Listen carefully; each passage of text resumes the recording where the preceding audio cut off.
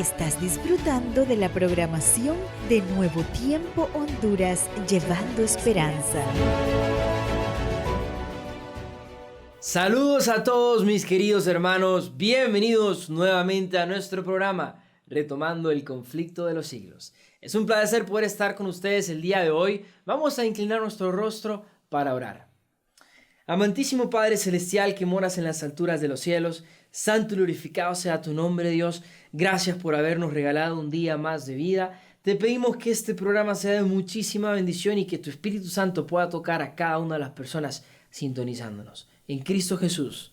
Amén. Estás disfrutando de la programación de Nuevo Tiempo Honduras, llevando esperanza. Vamos a una de mis partes favoritas y es la parte de la alabanza y la adoración. El día de hoy tenemos a una invitada muy especial, Merlin Girón, con el canto ¿Por qué me escogiste?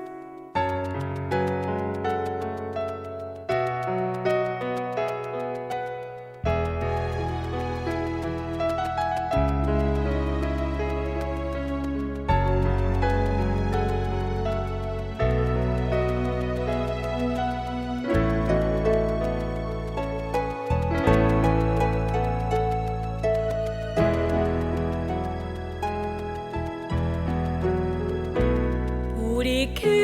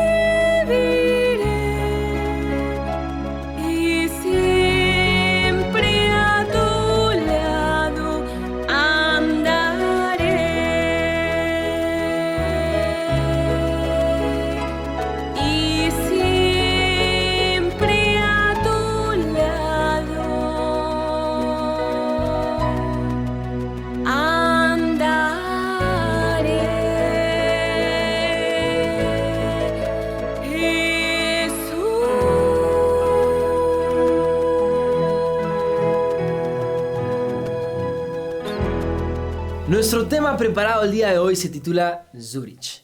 Hablar de Zurich en Suiza es recordar a Ulrico Zwinglio.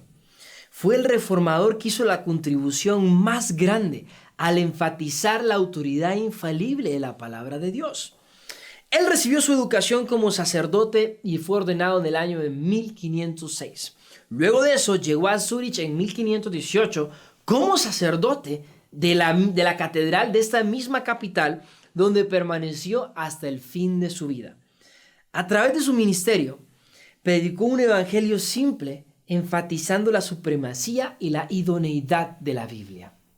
Pastor Adán Ramos, le damos el tiempo para que nos continúe con la palabra.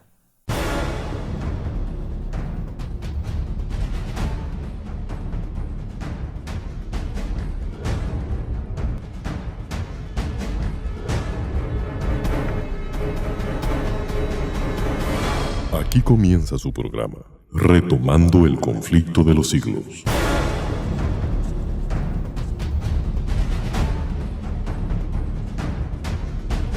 Este cautivante estudio lo guiará por eventos y sitios de la Iglesia cristiana,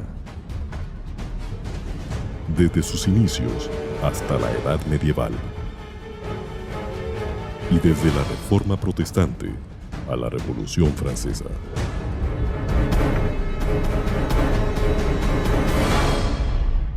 Con ustedes, el pastor Adán Ramos.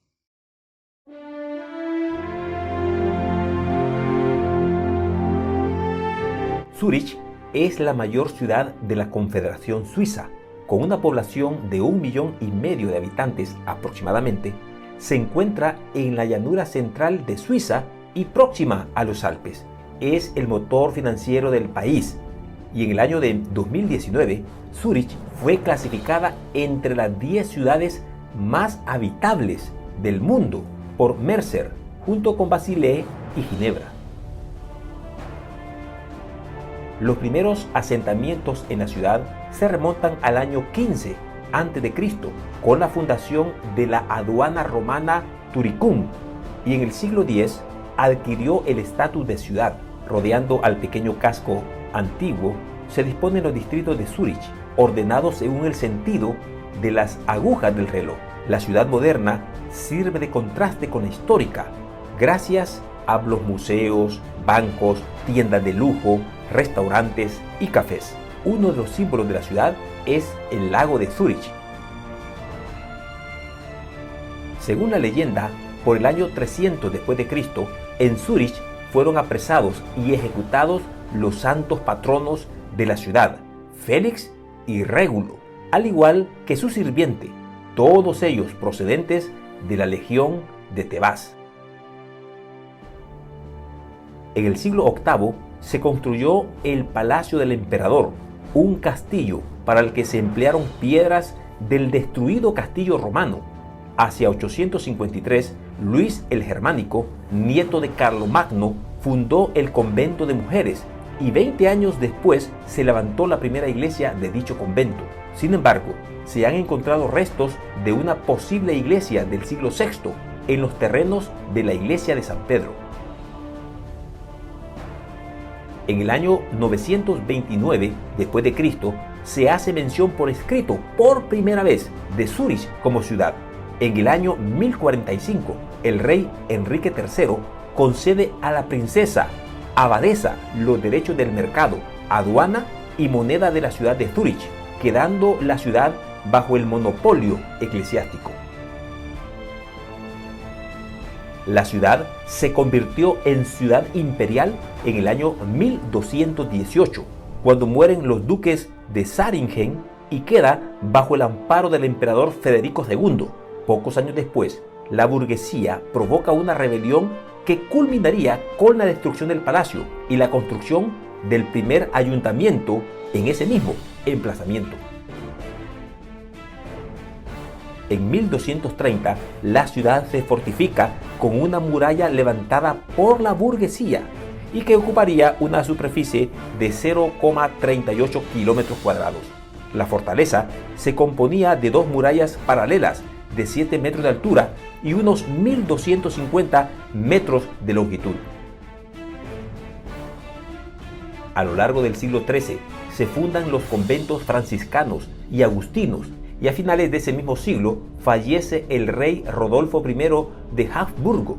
Es entonces cuando se crea la antigua Confederación Suiza. En 1291, un año después, el duque Alberto I de Habsburgo trata sin éxito de sitiar la ciudad. El 7 de junio de 1336, el caballero Rudolf Brunn sustituye el Consejo de Zúrich por la primera constitución gremial o carta juramentada del 16 de julio.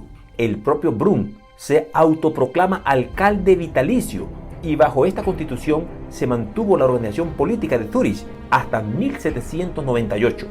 La noche del 23 de febrero de ese mismo año se produjo un asalto a la ciudad por parte de unos concejales expulsados que con ánimo de venganzas trataron de asesinar al alcalde Brunn.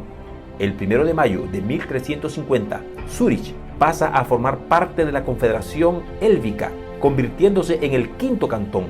En 1360 muere el alcalde Brunn, presumiblemente envenenado por sus enemigos.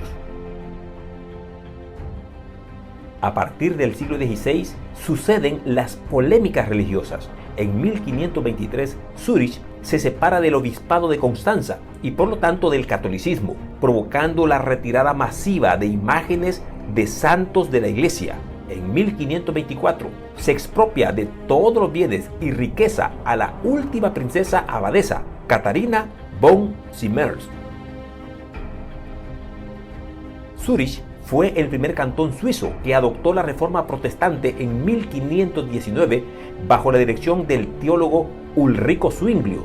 Este desempeñó un papel importante en las guerras de Kappel. También en Zúrich tuvo su origen el movimiento de los anabaptistas, que enseñaban que las personas, para ser bautizadas, debían hacerlo por inmersión y no por aspersión. En 1685, la ciudad acogió a los protestantes que huían del rey galo Luis XIV. En 1717 terminó el poder de los cantones católicos con la derrota de estos frentes a los cantones protestantes de Zúrich y Berna. Napoleón entró sin oposición en Zúrich en 1798 y elaboró una nueva constitución de la República que sustituyó a la anterior de los gremios. El ejército austriaco, bajo el mando del archiduque Carlos, derrotó al ejército napoleónico en la primera batalla de Zúrich y la liberó. La segunda sería la de la conquista definitiva en 1799. Las históricas murallas medievales fueron demolidas en 1811 y 4 años más tarde se declaró la perpetua neutralidad de Suiza.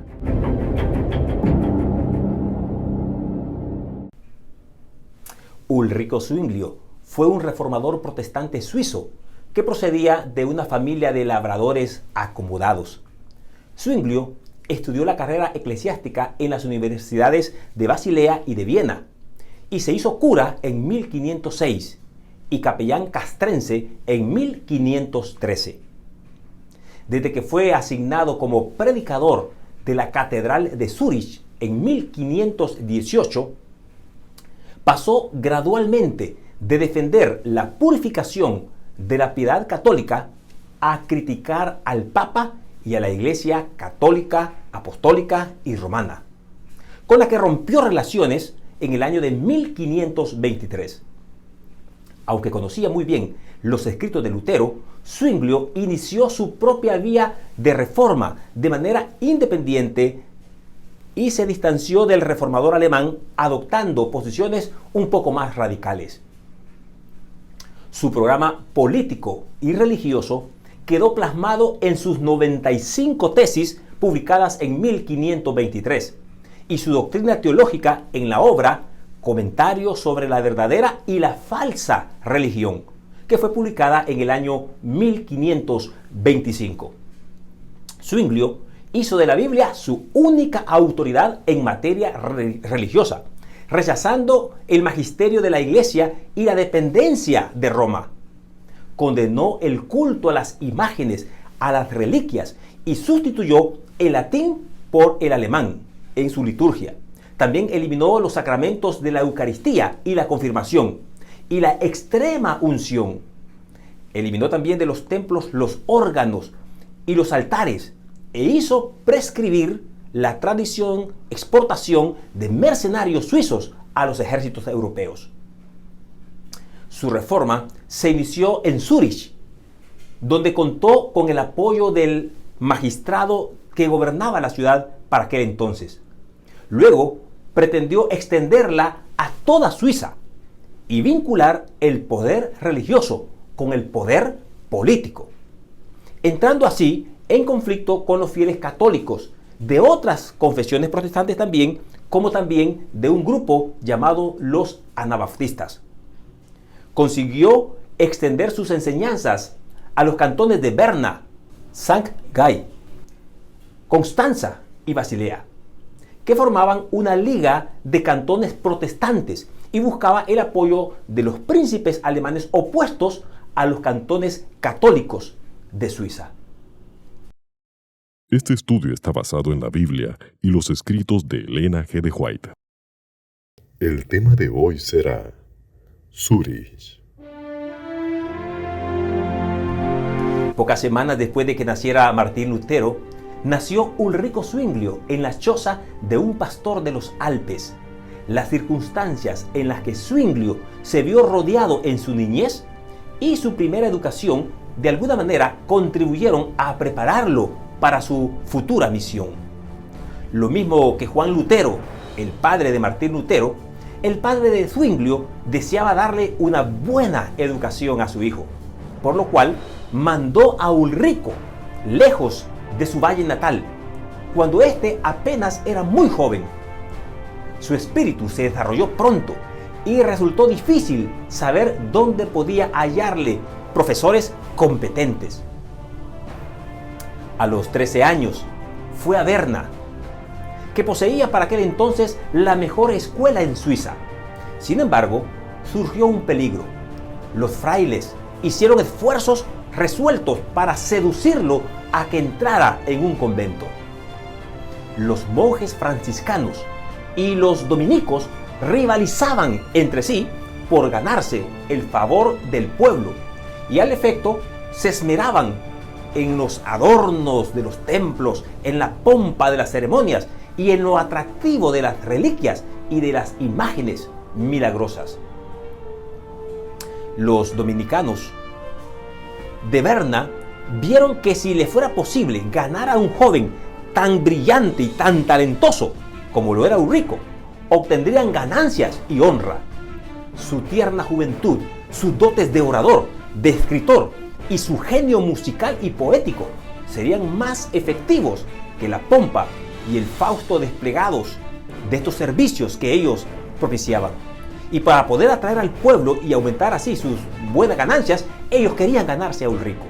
Y valiéndose de engaños y lisonjas, intentaban seducir a Ulrico Zwinglio para que pudiese entrar en el convento.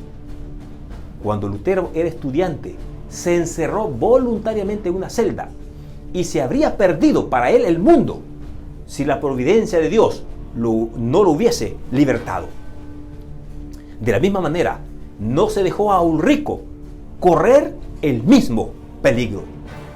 Su padre supo providencialmente cuáles eran los designios de estos frailes y no tenía intención de que su hijo siguiera la vida indigna y holgazana de estos monjes.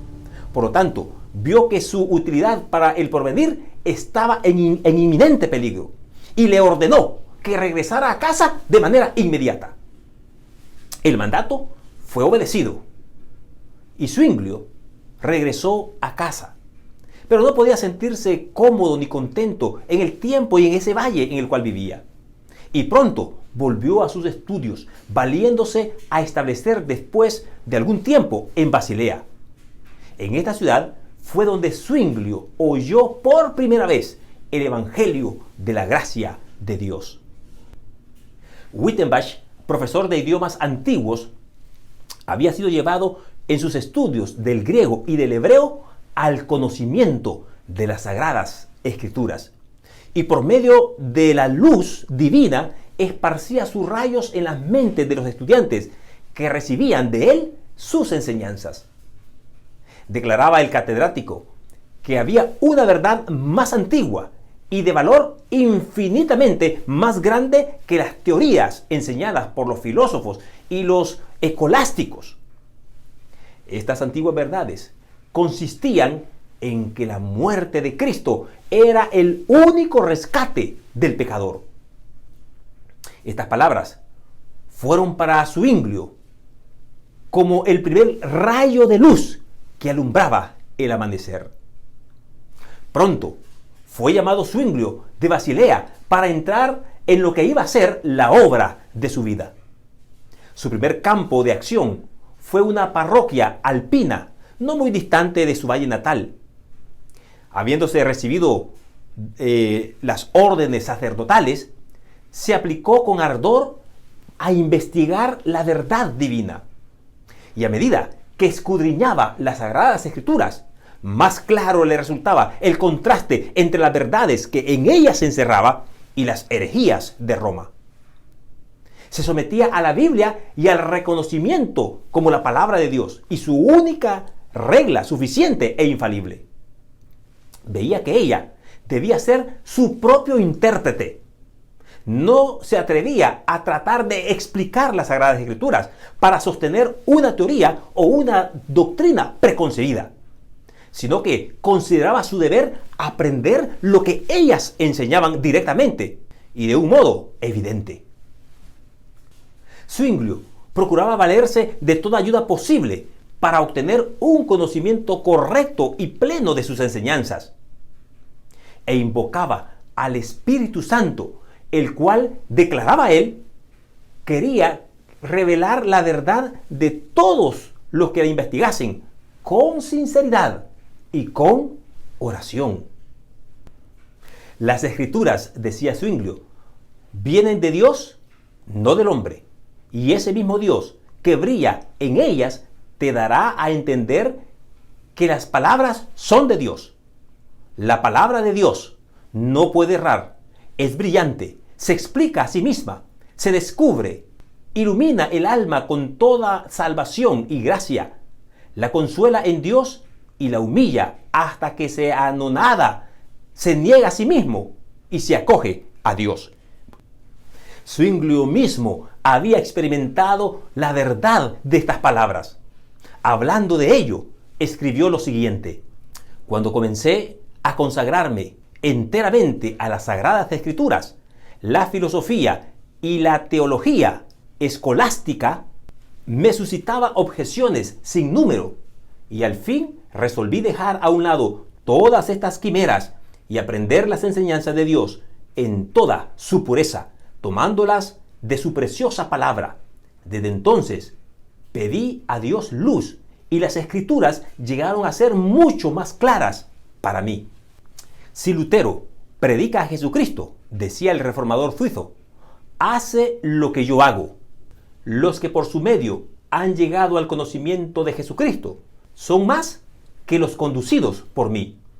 Pero no importa, yo no quiero llevar otro nombre que el de Jesucristo, de quien soy soldado, y no reconozco otro jefe. No he escrito una sola palabra a Lutero, ni Lutero a mí. ¿Y por qué? Pues para que se viese de qué modo el Espíritu de Dios está de acuerdo consigo mismo, ya que, sin acuerdo previo, enseñamos con tanta uniformidad la doctrina de Jesucristo. En 1516, Zwinglio fue llamado a predicar regularmente en el convento de los ermitaños, donde iba a ver más de cerca la corrupción de Roma y donde iba a ejercer como reformador una influencia que se dejaría sentir más allá de los Alpes natales. Entre los principales atractivos de los ermitaños había una virgen de la que se decía que estaba dotada de poderes para hacer milagros. Sobre la puerta de la abadía estaba grabada esta inscripción: aquí se consigue plena remisión de todos los pecados. En todo tiempo acudían peregrinos a visitar el santuario de la Virgen, Pero el día de la gran fiesta anual de consagración, venían multitudes de toda Suiza y de Francia y de Alemania y de otros lugares. Zwinglio, muy afligido al ver estas cosas, aprovechó la oportunidad para proclamar la libertad por medio del Evangelio a aquellas almas que eran esclavas de la superstición. No penséis, decía él, que Dios está en este templo de un modo más especial que en cualquier otro lugar de la creación. Sea la que fuere la comarca que vosotros habitáis, Dios os rodea y os oye. ¿Será acaso con obras muertas, largas peregrinaciones, ofrendas, imágenes, la invocación de la Virgen o de los santos, los que alcanzáis la gracia de Dios? ¿De qué sirve el conjunto de palabras de que formamos nuestras oraciones? ¿Qué eficacia tiene la rica capucha del fraile, la cabeza rapada, hábitos largos y bien ajustados y las zapatillas bordadas de oro? El corazón es a lo que Dios mira y vuestros corazones están lejos de Dios. Cristo, decía Ulrico, que se ofreció una vez en la cruz, es la hostia y la víctima que satisfizo eternamente a Dios por los pecados de todos los fieles. Muchos de los que oían estas palabras de Ulrico recibían con desagrado estas enseñanzas. Eran para ellos un amargo desengaño saber qué penoso había sido su viaje y ahora absolutamente inútil. No podían comprender el perdón que se les ofrecía por medio de la gracia de Cristo. Estaban conformes con el antiguo camino del cielo que Roma les había marcado. Rehuían la perplejidad de buscar algo mejor. Y es que era más fácil confiar la salvación de sus almas a los sacerdotes y a los papas que buscar la pureza de su corazón. Otros, en cambio, recibieron con alegría las nuevas de la redención por Cristo. Las observancias establecidas por Roma no habían infundido paz a su corazón, a su alma, y llenos de fe, aceptaron la preciosa sangre del Salvador en propiciación por sus pecados. Estos regresaron a sus hogares para revelar a otros la luz preciosa que habían recibido. Así fue llevada la verdad de aldea en aldea, de pueblo en pueblo, y el número de peregrinos que iba al santuario de la Virgen disminuyó notablemente. Menguaron las ofrendas y en consecuencia las prebendas de Zwinglio también menguaron, porque de aquellas sacaba también para su subsistencia. Pero Ulrico se sentía feliz de ver quebrantarse el poder del fanatismo y de la superstición para adorar al único y verdadero Dios, aunque esto implicase una mengua en sus propios ingresos. Las autoridades de la iglesia no ignoraban la obra que Zwinglio estaba realizando, pero en aquel momento no pensaron intervenir. Abrigaban todavía la esperanza de ganarlo para su causa y se esforzaron en conseguirlo por medio de agasajos. Entre tanto, la verdad fue ganando terreno y extendiéndose en el corazón del pueblo. Los trabajos de Zwinglio en el convento de los ermitaños lo preparó para una esfera de acción más amplia en la cual pronto él iba a entrar. Pasados 3 años, fue llamado a desempeñar el cargo de predicador en la catedral de Zúrich. Era esta ciudad en aquel entonces la más importante de la Confederación Suiza, y la influencia en la que el predicador pudiese ejercer en ella debía tenerlo en radio más extenso. Pero los eclesiásticos que le habían llamado a Zúrich, deseosos de evitar sus innovaciones, entonces procedieron a darle instrucciones acerca de cuáles debían ser sus deberes como pastor de esta parroquia.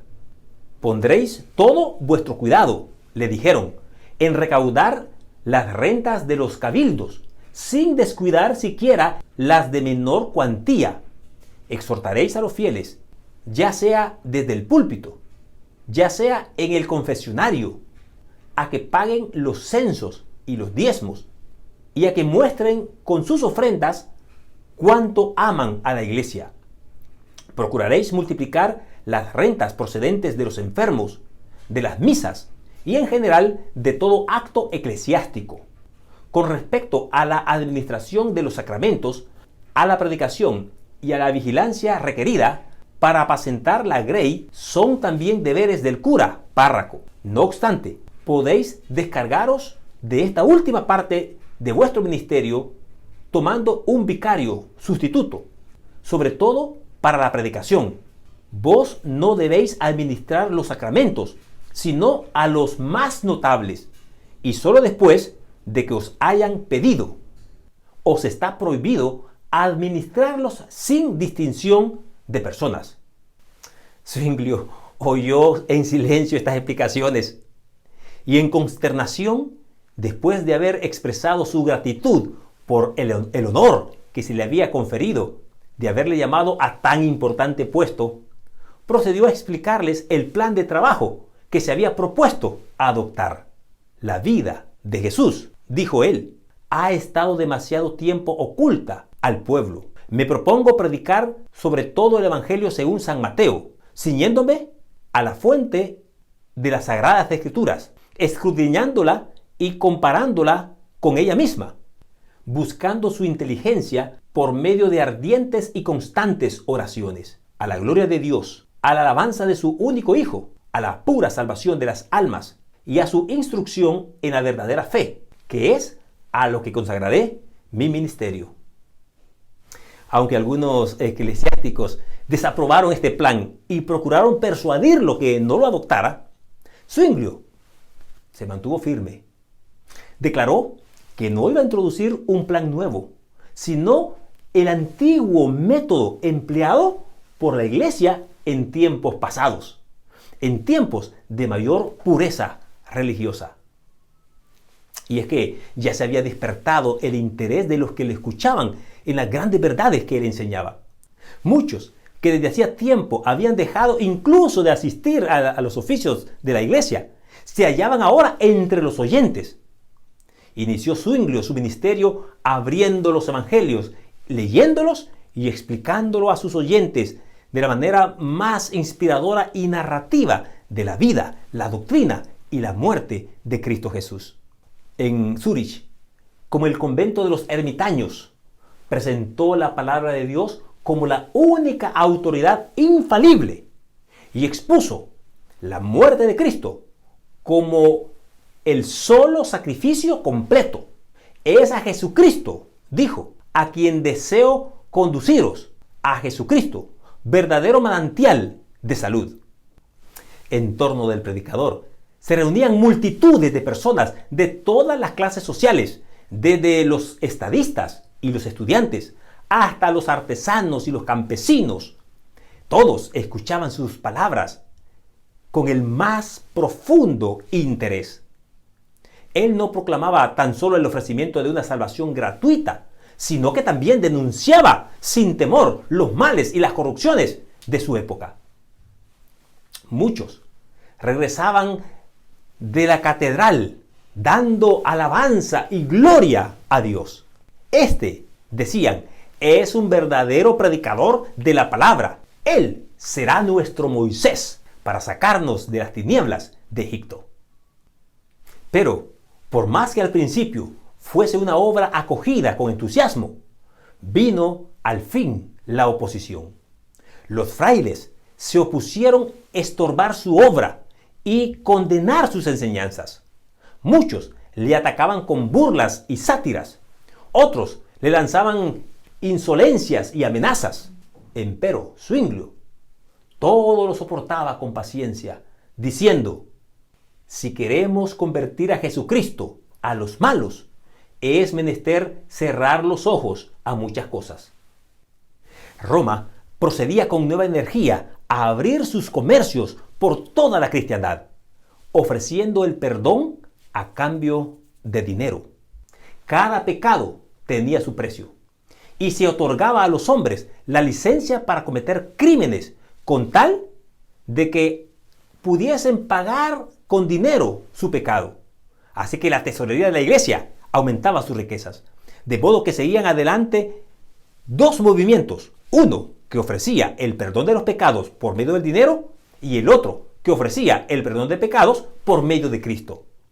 Roma, que daba licencia para pecar, haciendo de esto un recurso para acrecentar sus rentas, y los reformadores que condenaban el pecado y señalaban a Cristo como propiciación y redentor. En Alemania, la venta de indulgencias había sido encomendada a los dominicos y era dirigida por el infame Tetzel. En cambio, en Suiza, el tráfico fue puesto en manos de los franciscanos bajo la dirección de un fraile italiano llamado Samson. Había prestado ya buenos servicios a la iglesia y había reunido en Suiza y en Alemania grandes cantidades para el tesoro del Papa. Cruzaba entonces a Suiza, atrayendo a grandes multitudes, despojando a los pobres campesinos de sus escasas ganancias y obteniendo ricas ofrendas entre los ricos. Pero la influencia de la Reforma hacía disminuir el tráfico de las indulgencias, aunque sin detenerlo del todo. Todavía estaba Zwinglio en el convento cuando Samson se presentó con su mercadería en una población vecina. Enterándose de su misión, el reformador trató inmediatamente de oponérsele. No se encontraron frente a frente, pero fue tan completo el éxito de Zwinglio al oponerse a las pretensiones del fraile, que éste se vio obligado a dejar aquel lugar y tomar por otro rumbo. En Zúrich predicó Zwinglio con ardor contra este monje traficante del perdón. Cuando Samson se acercó a dicha ciudad, le salió al encuentro un mensajero enviado por el consejo para ordenarle que no entrara. No obstante, él se las arregló y logró entrar. Pero al poco tiempo le despidieron sin que pudiese haber vendido ni un tan solo perdón. Y no tardó en abandonar Suiza. Un fuerte impulso recibió la Reforma con la aparición de la peste que azotó a Suiza en el año de 1519. Al verse los hombres cara a cara con la muerte, se envanecían de cuán vanos e inútiles eran el perdón que ellos habían comprado antes, y ansiaban ahora tener el fundamento más seguro sobre el cual basar su fe. Zwinglio también se contagió en Zúrich y se agravó de tal modo que se perdió toda esperanza de salvarse y comenzó a circularse entre muchos el rumor de que Zwinglio había muerto. En aquella hora de prueba, su valor y su esperanza no vacilaron. Miraba con los ojos de la fe hacia la cruz del Calvario y confió en la propiciación absoluta que allí recibiría el perdón de sus pecados. Cuando Ulrico Zwinglio volvió a la vida, después de habérsela visto en las puertas mismas del sepulcro, se dispuso a predicar el Evangelio con mayor fervor, como nunca antes lo había hecho. Y sus palabras iban a ser revestidas de un nuevo poder. El pueblo le dio la bienvenida con regocijo a su amado pastor, que volvía de los umbrales de la muerte. Ellos mismos habían tenido que atender a enfermos y moribundos, y reconocían mejor que antes el valor del Evangelio. Paso a paso avanzaba la Reforma en Zúrich.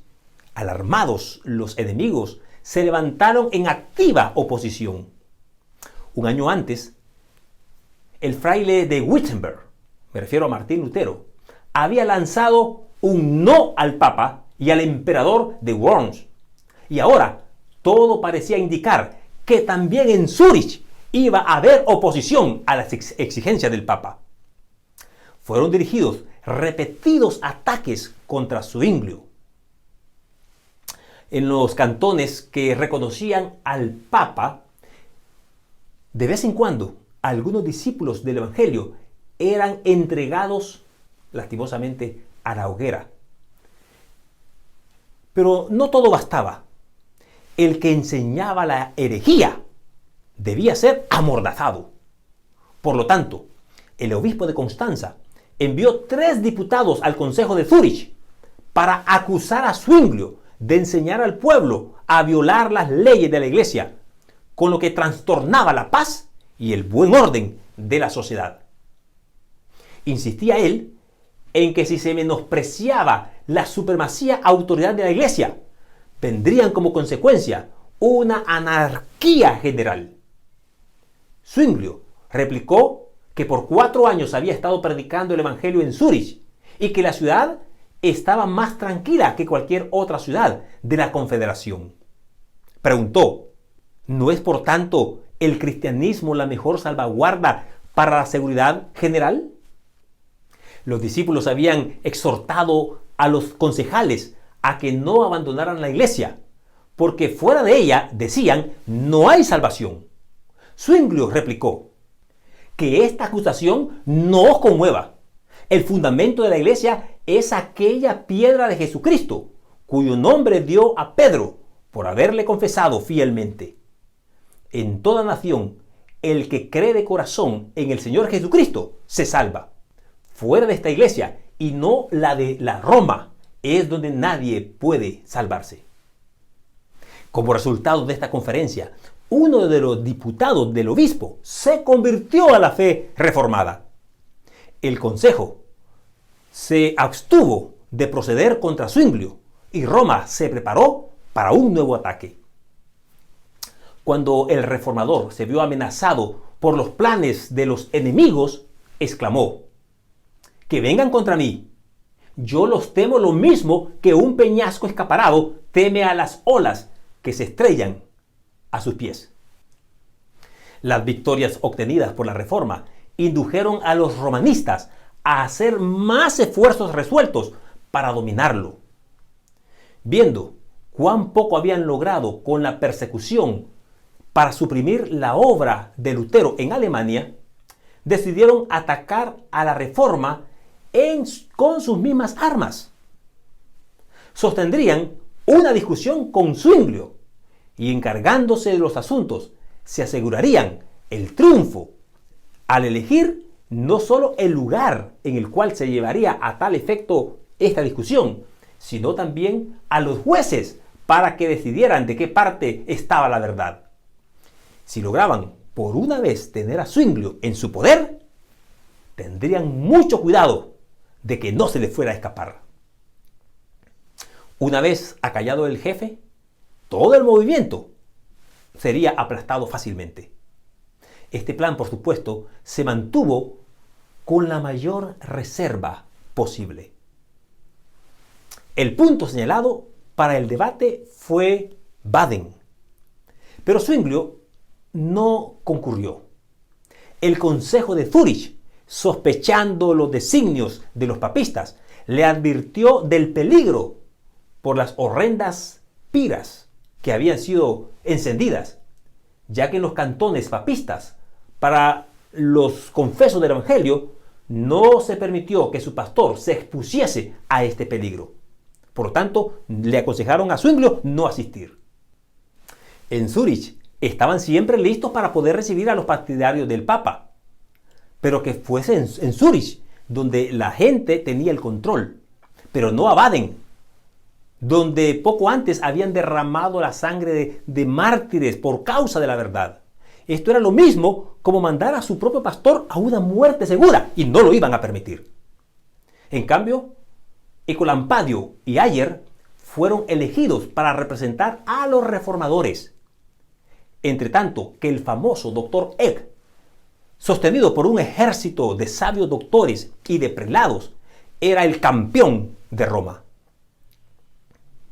Aunque Zwinglio no estaba presente en aquella conferencia, ejerció una influencia en ella. Los secretarios, todos fueron elegidos por los papistas, y a todos los demás se les prohibió que sacasen apuntes, so pena de muerte. A pesar de esto, Zwinglio recibía cada día un relato fiel de cuanto se decía allá en Baden. Un estudiante que asistía al debate escribía todas las tardes cuántos argumentos habían sido presentados, y otros 2 estudiantes se encargaban de llevar a Zwinglio estos papeles, juntamente con cartas de Ecolampadio. El reformador contestaba, dando consejo y proponiendo ideas. Escribía sus cartas durante toda la noche, y por la mañana los 2 estudiantes regresaban con ellas a Baden. Para burlar la vigilancia de la guardia de las puertas de la ciudad, estos mensajeros llevaban sobre sus cabezas sendos canastos con aves de corral, de modo que se les dejase entrar sin ningún inconveniente.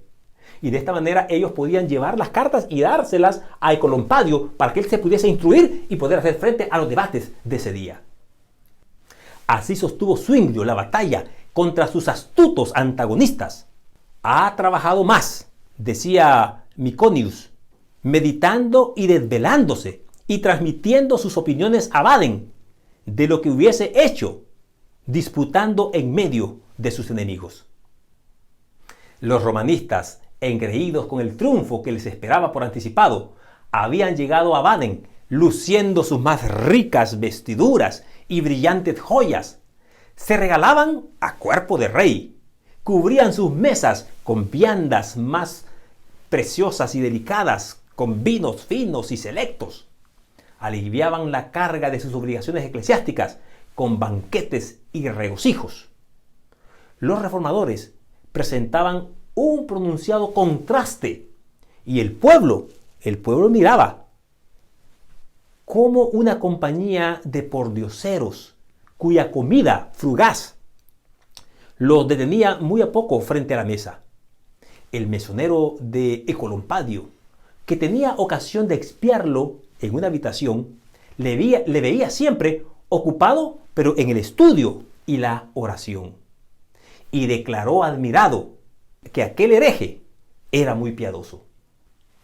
En la conferencia, Eck subía orgullosamente a un púlpito soberbiamente decorado, en tanto que el humilde Ecolampadio, pobremente vestido, estaba obligado a sentarse frente a su adversario en tosca plataforma. La voz retumbante de Eck y la seguridad de la que se sentía poseído nunca le abandonaron. Su celo era estimulado tanto por la esperanza del oro como por la de la fama, porque el defensor de la fe papista iba a ser recompensado con una jugosa y hermosa cantidad de dinero. A falta de mejores argumentos, recorría al insulto y a la blasfemia. En cambio, Ecolampadio se veía modesto, desconfiado de sí mismo. Había rehuido el combate y entró en él con esta solemne declaración: no reconozco otra norma de juicio que la palabra de Dios.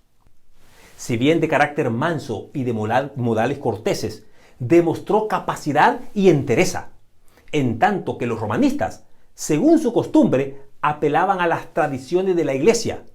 El reformador se adhería firmemente a las Escrituras.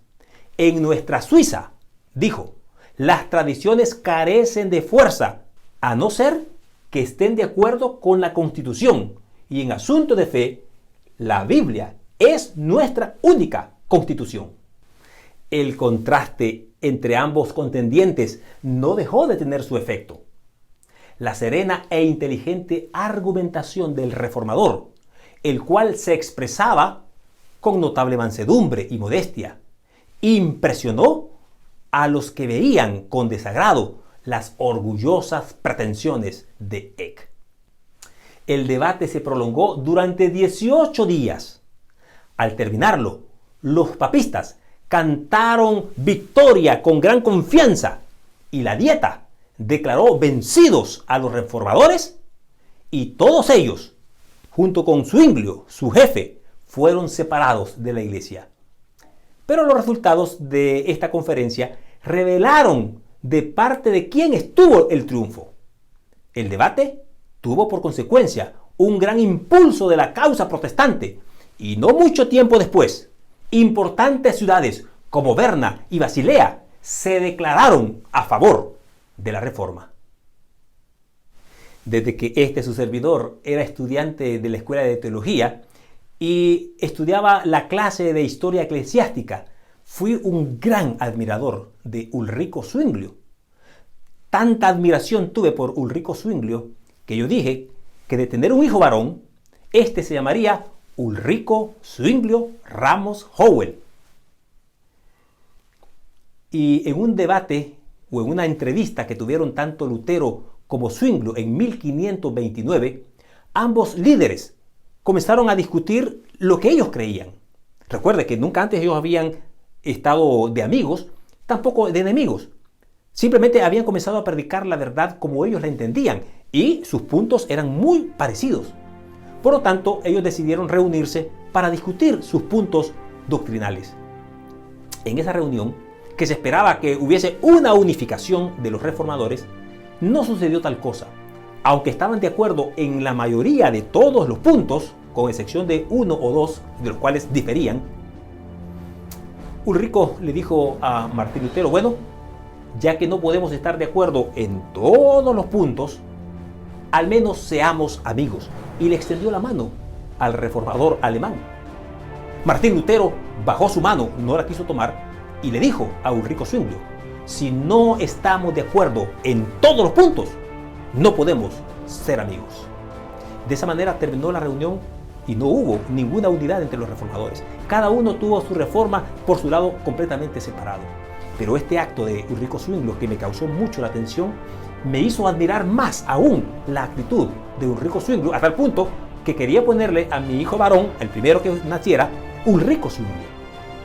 Sin embargo, un tiempo después, mientras seguía estudiando un poco la historia, por supuesto que me llevé una decepción con Ulrico Zwinglio, especialmente esto debido a la persecución que él tuvo con los anabaptistas allí en Zúrich. Este momento de desagrado, por supuesto, me llevaron a fijarme que los seres humanos somos mortales y cometemos errores. Y por supuesto, ya ustedes saben que mi hijo no se llama Ulrico Zwinglio. Sin embargo, pese a estas diferencias, yo quiero reconocer que los reformadores en su época eran de carácter firme. Y se requería de un carácter firme para oponerse a Roma. Es que mientras nosotros no podamos entender lo que significaba oponerse a Roma, no vamos a poder entender la firmeza de carácter que se requería de los reformadores. Es cierto, como lo hemos dicho en el pasado, no eran ángeles, no eran personas perfectas, eran seres humanos imperfectos, pero Dios utilizó a esos seres humanos imperfectos para hacer la obra que en su tiempo era requerido hacer. De la misma manera, hermanos, amigos, en esta época del tiempo del fin, Dios utilizará hombres y mujeres no perfectos, ojo, no perfectos, pero hombres y mujeres que tengan la firme convicción y determinación de honrar al Creador antes que la criatura. Y de eso se valdrá el Señor, no de personas perfectas. Por eso la gracia constante de estar escondidos en la gracia de Cristo Jesús es cada vez más imperante y necesaria. No una gracia que nos haga recibir el perdón para seguir pecando. Esa sería traer de vuelta la venta de indulgencias. Es una gracia que perdona nuestros pecados. Y como Jesús le dijo a la mujer pecadora, tus pecados te son perdonados. Vete y no peques más. Esa gracia es la que necesitamos para que nos perdone nuestros pecados y nos ayude a vivir por la fe. Como decía el gran reformador, el justo por la fe vivirá. Me refiero al reformador Martín Lutero, usando las palabras del apóstol Pablo en el Nuevo Testamento, palabras que también datan del Antiguo Testamento. El justo por la fe vivirá. Mis queridos hermanos, seamos los instrumentos de Dios en este mundo contaminado por el pecado. No somos seres humanos perfectos. Tú no eres perfecto, yo no soy perfecto. Pero Dios puede utilizarte a ti, me puede utilizar a mí, si tan solo confiamos en la gracia del Señor Jesucristo y nos ponemos en su mano para hacer la obra que se requiere en este tiempo. Porque se requiere valor. Y tú lo sabes muy bien, el mundo en el que vivimos es un mundo que está cada vez más malo, más pervertido, más en camino a la perdición. Y se requieren de hombres y mujeres que no teman al pecado y amarle por el nombre que le corresponde. hombres que se mantengan tan fieles al deber como la brújula al polo. Y yo quiero que tú seas ese hombre o esa mujer que estarán del lado de Cristo.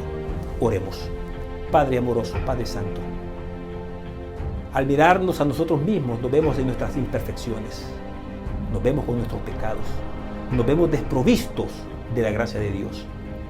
Pero gracias damos a Jesucristo, como decía el apóstol Pablo: miserable hombre de mí, ¿quién me librará de este cuerpo de muerte? Gracias doy a Jesucristo por haberme liberado, porque Señor, gracias a tu gracia de misericordia, hoy podemos declararnos libres de pecado.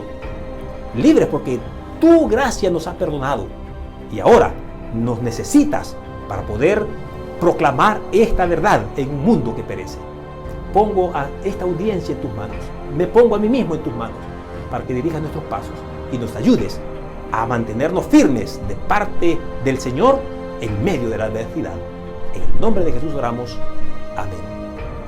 Bien, mis queridos hermanos, mis queridos amigos, muchas gracias porque usted ha estado fielmente en sintonía de este su programa Retomando el Conflicto de los Siglos, para lo cual le invitamos para que esté atento a nuestro próximo programa. Dios le bendiga, pásela bien. Estás disfrutando de la programación de Nuevo Tiempo Honduras, llevando esperanza. Muchísimas gracias por habernos acompañado en todo este programa. Gracias a nuestro querido pastor Adán Ramos por ese increíble resumen. Los esperamos en nuestro próximo programa, el primer miércoles de cada mes, retomando el conflicto de los siglos. Estás disfrutando de la programación de Nuevo Tiempo Honduras, llevando esperanza.